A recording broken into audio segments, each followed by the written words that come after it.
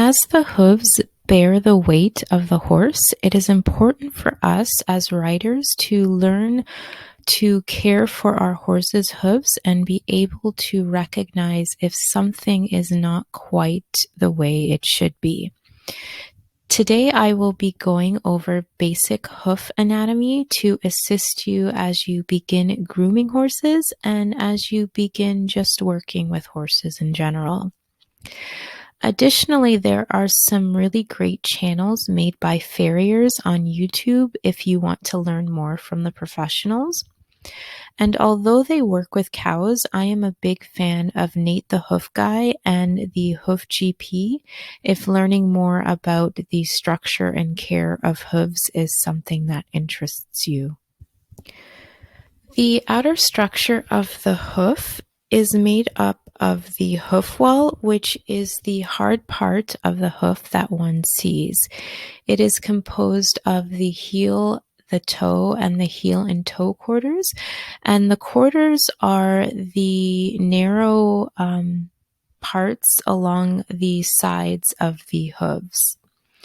So the hoof wall is akin to our fingernails. It can be trimmed, worn down naturally, and also protects the horse's sensitive internal structures. Things like cracks or rings are not something you want to see on the hoof wall. Next is the coronary band or coronet. This is just a band, essentially at the top of the hoof, just below the hairline, where the hoof itself starts. So blood is ample in this area because the coronary band is what produces the new hoof tissue. The periopole is the area right below the coronary band, and it provides protection for the new hoof wall. And here we have the heel and the heel bolts. And there's also another view of the periopole, as you can see. The toe. This V-shaped part of the hoof is known as the frog, which should connect with the ground. The frog has many different important functions. I will name only a few here, but have placed a link in the description box to an online article should you be interested in doing more research. So the frog provides shock absorption, blood flow, and protection for soft tissue.